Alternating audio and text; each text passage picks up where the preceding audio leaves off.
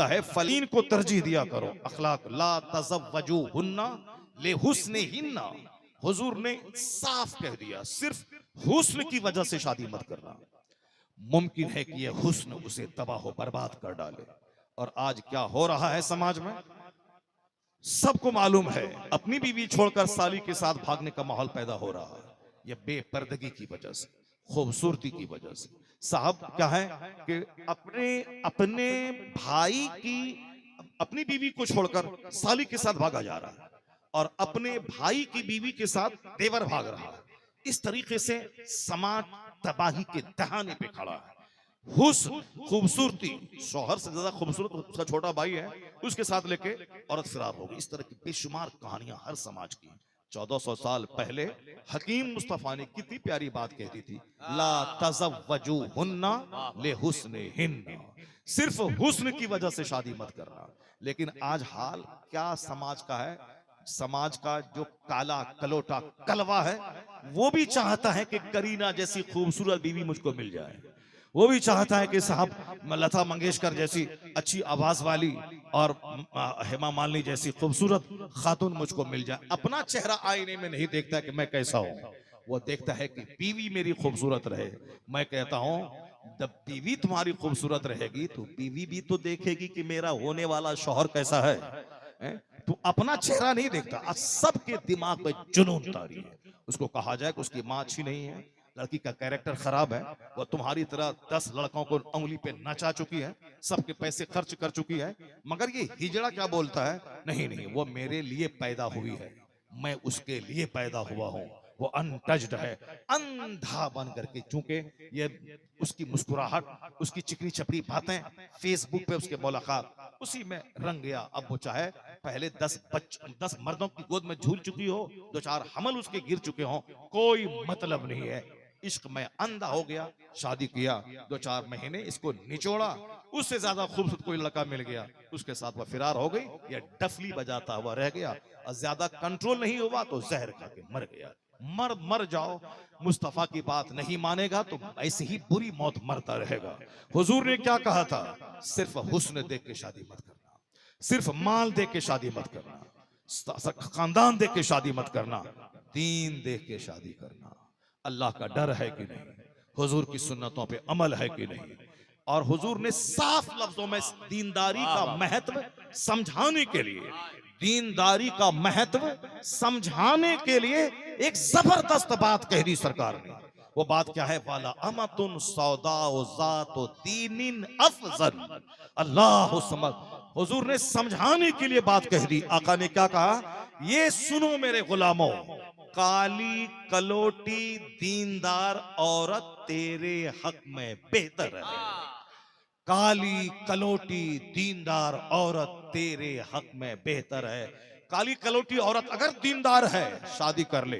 तू आना सऊदी अरब से 10 साल के बाद तेरी बीवी सेफ मिलेगी, तेरा घर सेफ मिलेगा और तेरा कलेजा ठंडा होगा। दीनदार औरत जिसके जिसके हाथ में मल्टीमीडिया मोबाइल ना हो, जिसके घर में 2 लाख रुपए का टीवी कल्चर ना हो, जहां तिलावत हो, इबादत हो, दुरूद हो, सजदा हो, अल्लाह का डर हो, और हुस्न भी ऐसा ना हो कि हर देखने वाला आदमी माइल हो जाए। काली कलोटी पे कौन माइल होता है। दीनदारी भी है और ज्यादा हुस्न भी नहीं है, अट्रैक्टिव चेहरा भी नहीं है कि देवर दीवाना हो जाए तो पड़ोसी का ड्राइवर दीवाना हो जाए। तो काली कलोटी दीनदार औरत, रहो बिंदास 10 साल बाहर में, जब आएगा तो तेरी बीवी अनटच्ड मिलेगी। तेरी बीवी वो मिलेगी जैसे छोड़ के गया था वैसे मिलेगी। अगर तुमने खूबसूरत बीवी और दीनदार भी नहीं है, तुमने कर शादी करके तू सऊदी अरब चला गया, फिर वही होगा जो आजमगढ़ में हुआ था।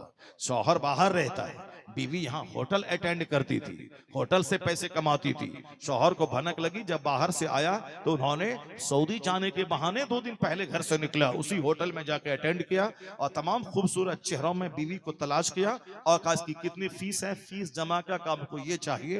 उन्होंने फौरन कॉल किया। वो तो समझ गई कि शौहर चला गया सऊदी अरब, दिल्ली से परसों फ्लाइट है। वो बिल्कुल सज धज करके होटल आई और जब उस कमरे में दाखिल हुई तो देख के आश्चर्यचकित रह गई कि साहब कहाँ किस कमरे में आ गई। वो सामने शौहर है, इधर बीवी है। ये बताएं कि पाखाने का कीड़ा जब तक गंदा ना खाए उसको चैन नहीं मिलता है। गुलाब चूसने वाला भोरा गुलाब चूसता है, गंदा कीड़ा गंदा खाता है। अभी शौहर एक दिन पहले घर से निकला है। ये बताएं कि आदमी जब एक बार अपने घर में रह लेता है, फिर 1-2 महीने तक के लिए फ्री हो जाता है, बिल्कुल सेटिस्फाइड मुतमईन हो जाता है, मर्द भी औरतें भी। लेकिन खिलासत, नापाक जहनियत, अभी 1 महीना घर में रह के शौहर परसों गया है और अभी होटल से कॉल आया, दौड़ के वहां चली गई कि ये जहां दीन नहीं है, जहां सिर्फ ख्वाहिशात ही ख्वाहिशात है, वहां उसको शौहर के साथ अच्छा नहीं लगेगा। जब तक वो जिना ना करे, जब तक वो जिना ना करवाए, उस वक्त तक चैन नहीं मिलेगा। बस सिर्फ नाक देखना है, आंख देखना है, मुंह देखना है, रंग देखना है, खूबसूरती देखा ओके है मेरी तरफ से। नहीं पूछा कि होने वाली लड़की बीवी, होने वाली बीवी को दुआए कुनूत याद है कि नहीं, आयतुल कुर्सी याद है कि नहीं, दरूद इब्राहिमी याद है कि नहीं, सूरह यासीन याद है कि नहीं, नमाज के फराइज व वाजिबात याद है कि नहीं। नहीं, लंबी, ताकि नस्ल मेरी लंबी चले, लंबी लंबी लंबी औरत, ताकि मेरी नस्ल, मेरा बाल बच्चा लंबा हो, ठगना ना हो। एक हिजड़ा बोला कि हम चौका चाहे जितनी लेट हो मेरी शादी मेरे बेटे की, लंबी वाइफ चाहे ताकि आने वाली नस्ल लंबी हो, चाहे आने वाली नस्ल उसकी जिनाकार हो जाए, चाहे आने वाली नस्ल उसकी अंदर से किरदार लीस हो जाए, सब चलेगा, मगर हाइट चाहिए। क्या गंदी सोच पैदा हो गई है कि साहब हमें नाक ऐसी चाहिए, हमें चेहरा ऐसा चाहिए। इसीलिए समाज लुट गया, औरतें तबाह हो गई। जरा देखें क्या क्या ड्रामा हो रहा है। जिस इलाके के लोग कसरत से फॉरेन रहते हैं और यहाँ बीवी के हाथ में मोबाइल का रिमोट, मोबाइल है, रिमोट है टेलीविजन का, यहाँ गर्म गज़ा है, गर्म खाना है, गर्म मार्केटिंग है, और घर में मोबाइल, घर में टेलीविजन, उसके बाद उसकी गर्मी की प्यास बुझाने के लिए शौहर उसका सऊदी अरब में है, तो क्या होगा? फिर तो ड्राइवर का रुख होगा, चरवाहे का रुख होगा, फिर तो ट्यूशन पढ़ाने वाले ट्यूशन का रुख होगा, फिर तो समाज के गली कूचे के छोकरे का रुख होगा। ये बता दें, इसलिए मैं कहता हूं, या तो अपने पास सऊदी अरब में अपनी बीवी को रख, या नहीं तो फिर तू अपनी बीवी के पास रह, नमक रोटी खा, गांव समाज की रोजी तलाश कर और इज्जत के साथ रह। अगर ये दोनों बात नहीं है, बाहर ही रहना चाहता है और माल कमाना ही चाहता है, तो फिर इतना कर, अपनी बीवी के हाथ में मोबाइल नहीं बल्कि कुरान पाक थमा दे। सुबह जब तक सूरह यासीन नहीं पढ़ेगी, हाथ में झाड़ू नहीं लगाएगी। सुबह 1000 बार दरूद पढ़ना, शाम 1000 बार कलमा पढ़ना, और उस वक्त तक नहीं सोना जब तक कि सूरह मुज़म्मिल, सूरह दुखान, सूरह यासीन, सूरह वाक़िया, सूरह मुल्क की तिलावत ना हो जाए। उसे तिलावत दे दे, उसे जिक्र अज़कार की आदत दे दे, उसे बाहर शरीयत का मुताला दे दे, उसको हाथ में मल्टीमीडिया मोबाइल ना दे, उसके हाथ में टेलीविजन ना दे। अगर दीनदारी तूने दे दिया, दीन की तरफ चलने की आदत पैदा कर दी, तो फिर तू बाहर रहना, उसकी इज्जत की हिफाजत होती रहेगी। तू 2 साल के बाद भी आएगा तो अल्लाह का डर अगर देके गया है तो इज्जत सलामत मिलेगी, घर सलामत मिलेगा।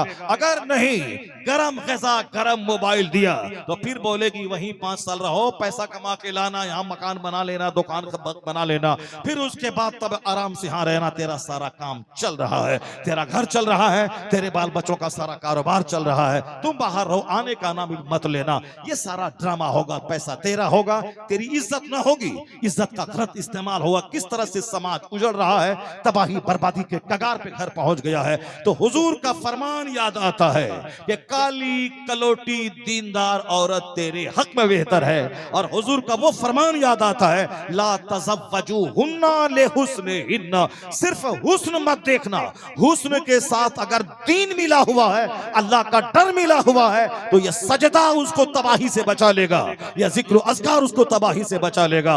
मोमिन होने के नाते मुस्तफा का फरमान हमारे लिए इक्सीर हयात है। खिलाफे पैगंबर कसे रह गुज़ीर कि हरगिज़ ब मंजिल लखाहत रसीद। मुस्तफा के खिलाफ जो चलेगा कभी मंजिल मकसूद पर ना पहुंचेगा, न यहाँ सुकून मिलेगा, करार मिलेगा, न बाल बच्चों में फरमा बरदारी मिलेगी, न औरत में वफा मिलेगी। मरेगा तो वहां जहन्नम की आग में जलेगा, दुनिया में बेचैनी की आग और मरने के बाद जहन्नम की आग। मुस्तफा की गुलामी में यहाँ फरमा बरदारी है, तकवा की बहारें हैं, यहाँ दिल की ठंडक है, और जब मरेगा तो मुस्तफा के फरमान पर अमल करने का इनाम मुस्तफा के पड़ोस में जन्नतुल फिरदौस में जगह मिलेगी। दोनों जहान की राहत सुभान अल्लाह, सुभान अल्लाह। यही काम हमारे बुजुर्गों ने किया है, यही काम हमारे वलियों ने किया है। खुदकुशी जहां होगी इसलिए होगी जो सब कुछ दुनिया में हासिल करना चाहता है, यही सब कुछ मिल जाए। आखिरत पर विश्वास जिसका नहीं हो, अल्लाह पर यकीन जिसका नहीं हो, उसको तो जहर खा के मरना पड़ेगा। जैसे वो शख्स खुदकुशी किया, और सिर्फ वही शख्स नहीं, और एक रिकॉर्ड है कि 80 लाख लोगों ने चंद सालों के अंतर में खुदकुशी की है, जिसमें 80% लोग वो हैं जो मियाँ बीवी की आपस की जंग की वजह से खुदकुशी किया। हमारे यहाँ क्या है, सरकार ने क्या जबरदस्त, एक तो हुस्न के ताल्लुक से जो बातें हुई मैंने आपको बता दी। अब हुजूर ने एक दूसरी बात क्या कही, आका अलैहिस्सलाम ने हमेशा सब्र की तालीम दी। कुरान शरीफ में हमेशा जहां तकवा है वहां सब्र का जिक्र है। सब्र का सब वल्लज़ीना तक़ौ, जिसने परहेजगारी इख्तियार की, जिसने सब्र किया, इन्नल्लाहा मअस साबिरीन, अल्लाह सब्र करने वालों के साथ है। सब्र का मतलब है मजाज के खिलाफ काम है, फिर भी सब्र करना है। सब्र करना है, मैदान जंग में सब्र करना है, अपने घर में सब्र करना है, गरीबी पे सब्र करना है, पड़ोसी की तकलीफ पे सब्र करना है, बाल बच्चों की तरफ से पहुंचने वाली तकलीफ पे सब्र करना है। सब्र ही सब्र है। जरा सा सब्र से हट की जिंदगी गुजारे, फिर तो ईमान तबाह हो बर्बाद हो जाएगा, जिंदगी में आग लगेगी। मौला अली कहते हैं कि ईमान और सब्र का दोनों रिश्ता इतना मजबूत है जैसे सर का धड़ से है। सर अलग हो जाए धड़ से तो बेकार है, और सर है धड़ अलग हो जाए तो बेकार है। यह दोनों मिल के एक वजूद तैयार होता है। उसी तरह से ईमान और सब्र है। जहां ईमान है कंपलसरीली सब्र करना होगा। सब्र और ईमान दोनों का रिश्ता सर और धड़ का है कि एक के बगैर दूसरा बेकार। ईमान जहां है सब्र करना होगा। सब्र करने के लिए बिल्कुल तल्ख तजर्बात से गुजरना होगा। तल्ख तजर्बात से गुजरना होगा, गरीबी पे सब्र करना होगा। अब यह सब्र होगा कैसे, यह सब्र होगा उसी पर कि चलो दुनिया की तकलीफें हैं, मरने के बाद अल्लाह तबारक व तआला जन्नत देगा, तो अब वो आखिरत पे नजर जहां रही तो बंदा दुनिया की गरीबी को झेल लेगा। इसलिए कुरान शरीफ में सबसे ज्यादा जिस चैप्टर को टच किया गया है वो आखिरत है। सबसे ज्यादा जिस चैप्टर को टच किया गया है वो आखिरत है। हदीस में जो सबसे ज्यादा जो कुछ जिसका जिक्र हुआ है वो आखिरत है। आका अलैहिस्सलाम की जिंदगी में सबसे ज्यादा जो तकरीर हुजूर ने की है, जो लोगों को समझाया है, उसका भी सबसे बड़ा टॉपिक आखिरत है। सरकार मस्जिद नबवी की तामीर कर रहे हैं, सहाबे कराम के साथ आप पत्थर उठा के दीवार की तामीर कर रहे हैं। सहाबे कराम ने कहा सरकार आप ना उठाएं, हम लोग गुलाम किस दिन के लिए हैं, हम लोग उठाएंगे। हुजूर ने कहा मैं जानता हूं कि तू उठा लेगा, मगर मैं तेरे साथ मिलकर काम करना चाहता हूं। हुजूर का यह अखलाक उन अरब के लोगों को किस अखलाक की बुलंदी पे फाइज कर दिया कि खुद न थे जो राह पे औरों के हादी बन गए। क्या नजर थे जिसने मुर्दों को मसीहा कर दिया। ये हुजूर का अखलाक था जो उन बद्दुओं का दिल जीत लिया, जान हथेली पे लेके कुर्बान होने को तैयार होते थे। अब गुलाम के साथ मिलके मुस्तफा पत्थर उठा रहे हैं, जन्नत के मालिक महबूब परवरदिगार मिलके पत्थर उठा रहे हैं, पत्थर उठा रहे हैं, तो किस तरह हौसला बुलंद होता होगा आपके गुलामों का, मुहाजिर और अंसार का। हुजूर ने उस जमाने में उस वक्त में पत्थर उठाते हुए एक शेर पढ़ते थे, एक जबान से एक जुमला निकलता था आपका। जिस तरह आज भी बहुत सारे लोग जब काम करते हैं, बहुत बोझ उठाते हैं तो कुछ ना कुछ पढ़ते हैं, तो आका अलैहिस्सलाम पत्थर उठाते हुए ये कहते थे अल्लाहुम्मा ला ऐशा इल्ला ऐशुल आखिरा, अल्लाहुम्मा मगफिरिल अंसार वल मुहाजिरा। हुजूर कहते थे ए अल्लाह, आराम नहीं है मगर आखिरत का आराम, असल आराम वहां का, दुनिया का आराम आज है कल खत्म, असल आराम वहां का, असल जन्नत वहां की। और हुजूर कहते थे ए अल्लाह, ये मुहाजिर और अंसार जो मक्का से हिजरत करके मदीना आ गए दीन बचाने के लिए, और मदीने के जो लोग मुहाजिरीन के लिए अपने दिल का दरवाजा खोल दिया, उनको मेहमान बना के रखा, अपनी प्रॉपर्टी में अपना उनको हिस्सेदार बना दिया, अपने आपको तकलीफ में उठा के आने वाले सारे मक्के के मुहाजिर मुसलमानों की खिदमत के लिए अपना घर का दरवाजा खोल दिया। हुजूर कहते इलाही इस अंसार को भी बख्श दे, मक्का से ईमान बचा कर आने वाले, अपने घर बार छोड़ने वाले उस मुहाजिर को भी तू बख्श दे। ला ऐशा इल्ला ऐशुल आखिरा, आराम नहीं है मगर आखिरत का आराम। सैयदा फातिमा ज़हरा रज़ी अल्लाह तआला अन्हा सरकार की चहीती साहबजादी अपने हाथ से चक्की पीस रही हैं, अपने हाथ से पानी खींच रही हैं, अपने हाथ से झाड़ू लगा रही हैं। नफीस तबीयत की मलका सैयदा फातिमा अपने हाथ से काम करते हुए हाथ में गट्टे पड़ चुके हैं। पता चला कि बहुत सारे बहुत कैदी आए हुए हैं माले गनीमत के तौर पर। सैयदा फातिमा को मौला अली ने कहा कि जाओ अबू से मांग लेना, एक कनीस मांग लेना, खादिमा जो तेरे साथ हाथ में काम बटाए, तेरे साथ में तेरे काम में हाथ बटाए। सैयदा फातिमा गई, भीड़ भाड़ थी, चली आई। शाम के टाइम में जब सरकार को पता चला फातिमा आई थी, हुजूर खुद फातिमा ज़हरा के घर आए। सरकार दो जहां जब भी आते थे फातिमा ज़हरा खड़ी हो जाती थी, सरकार का इस्तकबाल करती थी, पेशानी को चूमती थी। हुजूर जब सरकार के सईदा फातिमा जब सरकार के पास जाती थी, सरकार खड़े हो जाते थे, अपनी बेटी को सम्मान देते थे, इज्जत देते थे, पेशानी चूमते थे। ये मामला बाप बेटी का था ताकि दुनिया वाले बेटियों को बोझ नहीं समझें, बेटियों का इस्तेकबाल ऐसे करें, सिर्फ बेटों को इज्जत न दें बल्कि बेटियों का एहतराम इज्जत बताने के लिए मुस्तफा खड़े हो जाते थे, अपनी बेटी का हाथ पकड़ के बैठाते थे, उनके पेशानी को बोसा दिया करते थे। सरकार दो जहां आए, कहा फातिमा मैंने सुना कि तुम आई थी मेरे पास, क्या काम था? सैयदा फातिमा चुप हो गई। मौला अली ने कहा कि हुजूर फातिमा गई थी ताकि इनको कुछ कनीज मिल जाए ताकि काम काज में हाथ बटाए। हुजूर ने क्या कहा? कहा ए बेटी फातिमा, बदर ओहद के जो यतीम बच्चे हैं जिनके बाप बद्र में शहीद हो गए, ओहद के मैदान में शहीद हो गए, नौकर गुलाम के ज्यादा मुस्तहिक वह लोग हैं। पहले उन बदर और ओहद के यतीम बच्चों से मैं फारिग हो जाऊं, उसके बाद फिर मैं तुम्हारा ख्याल करता हूं। पहले इनके इसके मुस्तहिक ज्यादा वह लोग हैं जिसके बाप शहीद हो गए। और ए फातिमा, ये दुनिया से इस नौकर गुलाम से बड़ी एक पूंजी मैं तुमको बताता हूँ। जब रात में बिस्तर पे जाओ 33 बार सुभान अल्लाह, 33 बार सुभान अल्लाह, अल्हम्दुलिल्लाह 33 बार अल्लाह अकबर पढ़ लिया करना। ये 34 बार, ये 100 बार ये तस्बीह पढ़ लेना, 33 33 34 बार। ये तुम्हारे लिए नौकर गुलाम से बेहतर है, तुम्हारे लिए काफी है, तुम्हारे लिए काफी है। क्या मतलब? इसका मतलब यह निकला कि सवाब वहां मिलेगा, जन्नत वहां मिलेगी। दुनिया में इस तस्बीह की बदौलत थकावट भी दूर हो जाएगी। और फिर नौकर गुलाम से बेहतर है अल्लाह का जिक्र करना, तस्बीह करना। अपनी बेटी को आपने नौकर गुलाम नहीं दिया बल्कि एक वजीफा दे दिया, जन्नत जाने का, हासिल करने का, अल्लाह को खुश करने का एक वजीफा आपने उनको बता दिया। घर में आपकी बीवियों ने आपस में मशवरा किया कि खर्च बढ़ गया है, इसलिए ज्यादा खर्च का मुतालबा किया जाए। अल्लाह रब्बुल इज्जत ने कहा अपनी बीवियों से कह दीजिए अगर दुनिया चाहिए तो तुम सब आजाद हो जाओ, अल्लाह तुमसे अच्छी बीवियां अता कर देगा अपने महबूब को। अगर नहीं तो फिर जिस हाल में हो, दुनिया और आखिरत चाहिए, अल्लाह रसूल चाहिए या दुनिया चाहिए। सारी औरतों को जब आयते तखीर नाजिल हुई, इख्तियार है तुमको दुनिया पसंद करो या आखिरत, तो सारी औरतों ने सैयदा आयशा की निगरानी में मीटिंग की। हम मुसलमानों की सारी मुकद्दस माओं ने, जुमला उम्महातुल मोमिनीन रज़ियल्लाहु अन्हुन्ना अजमईन ने, और मीटिंग में बात यही पारित हुई, हमें दुनिया नहीं चाहिए, हमें अल्लाह रसूल चाहिए। हमें दुनिया नहीं, हमें अल्लाह रसूल चाहिए। हुजरे फातिमा में है, हुजरे आयशा में है आखिरत की बात, मस्जिद नबवी में है आखिरत की बात, तामीर में है आखिरत की बात। सबसे पहली तकरीर मुस्तफा ने कोहे सफा पे की थी।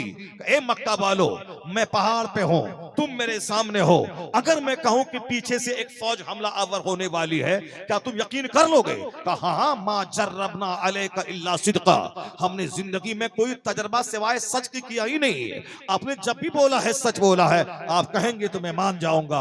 हुजूर ने इकरार किया, उसके बाद कहा जैसे मैं यहाँ खड़ा हूँ, इधर भी देख रहा हूँ, उधर भी देख रहा हूँ, तो इस फौज से, एक बड़ी फौज, एक बड़े अजाब से मैं तुझको डरा रहा हूँ। मरने के बाद जहन्नम है, जो ईमान नहीं लाएगा, अच्छे काम नहीं करेगा, उसके लिए एक आग है तैयार आखिरत में। जो ईमान लाएगा, अच्छा काम करेगा, उसके लिए मरने के बाद वह जन्नत और बहिश्त का बाग उसके लिए तैयार है। ऐ लोगों, मैं तुम्हें अजाब जहन्नम से डराता हूँ, आखिरत के अजाब से तुझको मैं डराता हूँ। मैं तुमको कहता हूँ कि उस आग से बचने के लिए ईमान ले आओ।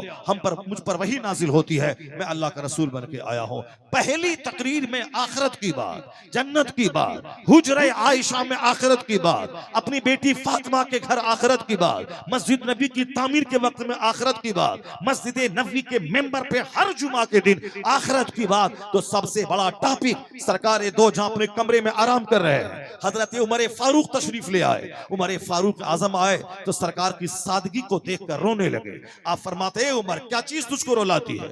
उमर फारूक कहने, सरकार आपकी सादगी मुझको रुला रही है। या रूम और ईरान के बादशाह या महल में रहे, नर्म नाजुक बिस्तर पे सोए, और अल्लाह का महबूब इस शान से है बिस्तर पे कि चटाई के निशान उभर आए, एक गद्दा तक बिस्तर तक नहीं है। सरकार दो जहां की सादगी ने मुझको रुलाया है। हुजूर ने उठकर बैठ गए और क्या कहा, ए उमर, क्या तुम इस बात से राजी नहीं हो कि मैंने दुनिया दुनियादारों के लिए छोड़ दिया है, अपने लिए आखिरत को पसंद कर लिया है, अपने लिए आखिरत को पसंद कर लिया है। आका फरमाते हैं मेरी मिसाल ऐसी है जैसे एक मुसाफिर रास्ता चलते हुए थोड़ी देर धूप की शिद्दत से बचने के लिए दरख्त के साये में बैठता है, सुस्ताता है, और जहां दरख्त सूरज उधर गया, साया खत्म हुआ, ये उठा, सवारी पे सवार हुआ और चलता रहा। आका फरमाते हैं मेरी मिसाल उसी सवार की तरह है जो थोड़ी देर साये में आराम करता है फिर चल देता है। ये दुनिया उसी तरह से थोड़ी देर वक्ती तौर पर रहने की जगह है। दुनिया मज़रातुल आखिरा, ये दुनिया आखिरत की खेती है, ये ऐश की जगह नहीं है। यहाँ कपड़े का मुकाबला नहीं, खाने का मुकाबला नहीं, मकान का मुकाबला नहीं, प्रॉपर्टी का मुकाबला नहीं। आका ने कहा था फला तत्तखिज़ू ज़ैअता फतरक़बू फ़ीहा, यानी मालो असबाब की खरीदारी के पीछे मत पड़ वरना तू उसकी तरफ माइल हो जाएगा और ये दुनिया तुझे तबाह बर्बाद कर डालेगी। आका फरमाते हैं सुबह करो तो शाम का इंतजार मत करना, शाम करो तो सुबह का इंतजार मत करना। आका इस्लाम फरमाते हैं उद नफ्स का मिन अहलिल क़ुबूर, अपने आप को मुर्दों में शुमार कर ले। यह दुनिया किसी को नहीं छोड़ती है। आला हजरत की ज़बानी ये शहद दिखाती है, जहर खिलाती है। यह दुनिया कातिल है, यह डाइन है, यह शौहर कुश है, न जाने कितनों का दीन ईमान लूट चुकी है। मौला अली एक बार कहने लगे मैंने तुझको तलाक दिया, मैंने तुझको तलाक दिया। लोगों ने बोला हुजूर किसको तलाक दिया? कहा दुनिया सज धज के आई थी और कह रही थी मुझको कबूल कर लीजिए, तो मैंने दुनिया को तलाक दे दिया, मैंने दुनिया को तलाक दे दिया। तो सैयदों के बाप दुनिया को तलाक दे दे, औलिया और सालिहीन के वालिद गिरामी दुनिया को तलाक दे दे। सरकार दो जहां ने 2-2 महीने तक आपके चूल्हे में आग नहीं लगती थी। आज मुस्तफा का गुलाम मकान के मुकाबले में मस्त है, दौलत के मुकाबले में मस्त है, औरतों के मुकाबले में मस्त है, कपड़ों के मुकाबले में मस्त है। इसीलिए जिल्लत और रुसवाई ने चारों तरफ से घेर लिया है। न दुनिया का सुकून उड़ गया, आपस का चैन खत्म हो गया और जन्नत की उम्मीद भी खत्म हो गई, क्योंकि जन्नत वाला काम करेगा तब ना जन्नत की तमन्ना में ये मस्त रहेगा।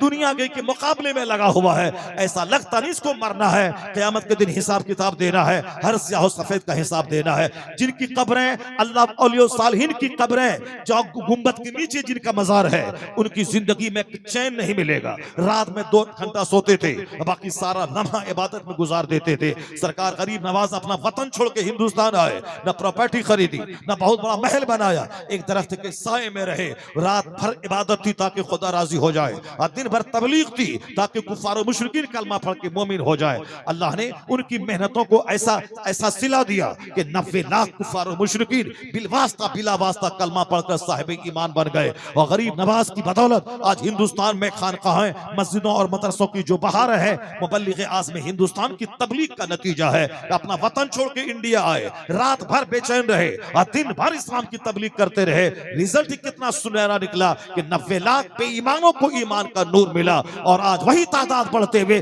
40 करोड़ की तादाद जो हिंदुस्तान में कलमा पढ़ने वालों की है। इसके पीछे इन बुजुर्गों की मेहनतों का नतीजा है, उनके देश अपने वतन छोड़ने का नतीजा है, उसकी कुर्बानी का समरा है। वो जीते थे अल्लाह के लिए, मरते थे अल्लाह के लिए, वतन छोड़ते थे अल्लाह के लिए। और हम वतन छोड़ते हैं 2 पैसे के लिए, वतन छोड़ते हैं अपने बाल बच्चों के लिए। हमारा सारा काम बाल बच्चों तक सीमित रह गया। इसीलिए बच्चे हमारे नाफरमान, बच्चे हमको गाली देने वाले, बच्चे हमको तकलीफ पहुंचाने वाले। और जो डिवोट किया जिंदगी अल्लाह के लिए, वतन छोड़ा अल्लाह के लिए, रात की नींद कुर्बान की अल्लाह के लिए, दिन का सुकून बर्बाद किया अल्लाह के लिए, तो अल्लाह ने उसे वो मकाम अता फरमाया कि अब्दुल कादिर तुम मेरे लिए बगदाद, मेरे लिए ईरान तुमने छोड़ा, मेरे लिए 25 साल दरिया के किनारे जंगल के पत्तों को खा के तुमने इबादत की, 91 साल जिंदगी तुमने हमारे लिए तुमने गुजार दी। अब हम तुझको गुमनाम नहीं छोड़ेंगे। अब मोइनुद्दीन तुमने पैदा हुआ ईरान में, अपना वतन छोड़ा अल्लाह के लिए, मेरे दिन की तबलीग की, अब मैं तुमको गुमनाम नहीं छोड़ूंगा। मोइनुद्दीन को अजमेर से उठाया, अब्दुल कादिर जिलानी को बगदाद से उठाया, वो शोहरत के आसमान पे पहुंचा दिया कि आज हर तरफ मोइनुद्दीन का चर्चा है, हर तरफ गौसे आजम का चर्चा है। 1000 बीघा जमीन जोतने वालों की कब्रों पे जानवर चल रहा है और इन फकीरों की कब्र पे 24 घंटे गुलाब चढ़ाया जा रहा है, ताकि दुनिया जान ले जो सिर्फ अपने लिए और अपने बाल बच्चों के लिए जीता है, उनके बच्चे भी साथ छोड़ जाते हैं। और जो रब के लिए जीता है, रब के दीन के लिए जीता है, उनकी कब्रों पे मेला लगा रहता है, करोड़ों की हाजिरी होती है। अपना बेटा रहे ना रहे, करोड़ों रूहानी बेटों के दिलों में अल्लाह उसकी मोहब्बत अता कर देता है। सुभान अल्लाह, सुभान अल्लाह, सुभान A अल्लाह, man सुभान who Allah. dedicates his life for the sake of Allah. Allah gives him name, Allah gives him fame, Allah gives him popularity. तो जिंदगी गुजारने के दो तरीके हो गए, एक फॉर सेल्फ, अपने लिए, अपने बाल बच्चों के लिए, और एक जिंदगी है वन मैन टू मिशन, बाल बच्चों के लिए भी गुजारी जाएगी और दीन के लिए भी गुजारी जाएगी। जो जिंदगी में नमाज है, जिसमें रोजे हैं, जिसमें हज व ज़कात है, जिसमें आलिम उलमा की खिदमत है, जिसमें मदरसा और मस्जिद की हमदर्दियां हैं, तो फिर वो जिंदगी असल जिंदगी है कि वन मैन टू मिशन। एक है अपना कमाना, अपना खाना पीना, और एक है आखिरत की तैयारी करना और जन्नत जाने के मंसूबे और प्लान बनाना। One man to mission. दुनिया में भी खुश रहें, मरने के बाद जन्नत जाए, उसको तो डबल मेहनत करनी पड़ेगी। जो सिर्फ दुनिया ही में खुशहाल रहना चाहता है, उसकी सिंगल मेहनत है, जमीन मकान गाड़ी छकड़ा खाना पीना घर दुबार, उसी के पीछे पागल है, एक मेहनत है। लेकिन जिसको जन्नत जाना है, खरबों साल की जन्नत जहां का एक दिन 50,000 साल के बराबर है, उसको तो इन दुनियादारों के मुकाबले में डबल मेहनत करनी पड़ेगी, डबल मेहनत करनी पड़ेगी। तो डबल मेहनत का मतलब खेत भी जाना है, दुकान भी जाना है। डबल मेहनत का मतलब दुकान में भी बैठना है, मस्जिद में भी जाना है। डबल का मतलब उसे रात में कुछ सोना भी है, कुछ इबादत भी करनी है। डबल का मतलब उसे 5 लाख रुपए खर्च करके एक बार हज को भी जाना है। हर साल पाई पाई का हिसाब निकाल के उसको ज़कात देनी है। माह रमजान को इबादत का महीना बना देना है, एक रोजा नहीं छोड़ना है। वन मैन टू मिशन हुआ कि हमें दुनिया के लिए बाजार जाना होगा, दुनिया के लिए खेत जाना होगा, दुनिया के लिए वतन से बेवतन होके रोजी रोटी की तलाश में जाना होगा, और जन्नत जाने के लिए मस्जिद जाना होगा, ज़कात देनी होगी, हज करना होगा, बाल बच्चों की तरबियत करनी होगी, अपना अखलाक उम्दा करना होगा। हमेशा दिमाग में आखिरत को बसा के रखना होगा। तो बंदा ये गिरा बांध ले तो दोनों काम आसान हो जाएगा। मुसलमानों को दूसरों के मुकाबले में डबल मेहनत करनी है। यहाँ दूसरों के सामने हाथ फैला के भिखारी न बन जाए, बल्कि इतना कमाएं कि इज्जत के साथ खाएं और दूसरों को दें, और इतनी मेहनत करें कि मरने के बाद जन्नत इंतजार करे। तो उसके लिए इन काफिरों के मुकाबले में इसको डबल मेहनत करनी पड़ेगी। 8 घंटे पढ़ने से जब डीएम नहीं बनेगा तो 16 घंटे पढ़ना पड़ेगा। 16 घंटे पढ़ने से अगर एग्जाम पास ना करे, 18 घंटे स्टडी करनी पड़ेगी। खाना पीना सोना, वो तो डॉक्टरों का फॉर्मूला, 8 घंटे सोना पड़ेगा। जो ज्यादा खाएगा उसको ज्यादा सोना पड़ेगा, और जो ज्यादा खाएगा उसको बाथरूम जाना पड़ेगा ज्यादा, और जो कम खाएगा कम सोएगा कम बोलेगा, उसके पास एनर्जी बचेगी, ज्यादा मेहनत करने की एनर्जी बचेगी। तो ज्यादा खाने वाले को 8 घंटा सोना है। गौसे आजम 40 साल तक इशा के वजू से फजर की नमाज पढ़े, रात में आपने पीठ जमीन पर नहीं लगाई, 40 ईयर 40 साल तक कंटिन्यू, कोई बीमारी नहीं है। जो ज्यादा खाना खाने के नाम पे एक लुकमा है, जो पीठ सीधी करे वही काफी है। खाने के लिए नहीं जीना है, जीना है ताकि खाना खाएं, जिए, जीने के लिए खाना है, और जिए अल्लाह की इबादत के लिए। अभी यहाँ खाने का मुकाबला है, इसीलिए सोना जरूरी है। सोएंगे नहीं तो हार्ट की तकलीफ होगी, शुगर एबनॉर्मल हो जाएगा, असाब तरह तरह लीवर का मसला खड़ा हो जाएगा, ब्रेन का मसला खड़ा हो जाएगा। अब जो खाता ही नहीं है तो उसको सोने की क्या जरूरत है? बस थोड़े से बैठा, अब आंख झपका काफी है। थोड़ा खाना, थोड़ा सोना, थोड़ा बोलना। और जो ज्यादा खाएगा, ज्यादा बोलेगा, ज्यादा सोएगा, उसको ढेर नींद चाहिए। जो ज्यादा सोएगा ज्यादा खोएगा। ये दुनिया खोने सोने की जगह नहीं है। सोने के लिए तो अल्लाह ने जन्नत बनाया, वो आराम के लिए अल्लाह ने जन्नत बनाया। जन्नत में न पेशाब है, न पाखाना है, न बदबू है, न बुढ़ापा है, न बीमारी है, न हसद और जलन है, न दुश्मनी है, न मारधाड़ है, न कोर्ट कचहरी है। बस सिर्फ खूब वहाँ हुस्न जमाल, 70 बीवियां, वहाँ 30 मर्दों के बराबर मिलने की ताकत है, शराबन तहूरा की नहरें, पाकीज़ा दूध की नहरें, वहाँ सिर्फ आराम ही आराम है। तो उसके लिए दुनिया के 70-80 साल जो जिंदगी के दिन है, इसको मेहनतों में, स्ट्रगल में, जद्दोजहद में गुजारना होगा। ये गिरा बांध के रख लें कि दुकान गए बगैर रोजी नहीं मिलती, खेत गए बगैर रोजी नहीं मिलती, तो मस्जिद गए बगैर भी जन्नत नहीं मिलती। इसको गिरा बांध के रखना पड़ेगा। जिस तरह दुकान नहीं जाए, दुकान से चल के पैसा नहीं आता है, उसी तरह सेट कर ले दिमाग में, बच्चों को बता दे जिस तरह रोजी रोटी के लिए पढ़ना लिखना होगा, दुकान जाना होगा, बिजनेस करना होगा।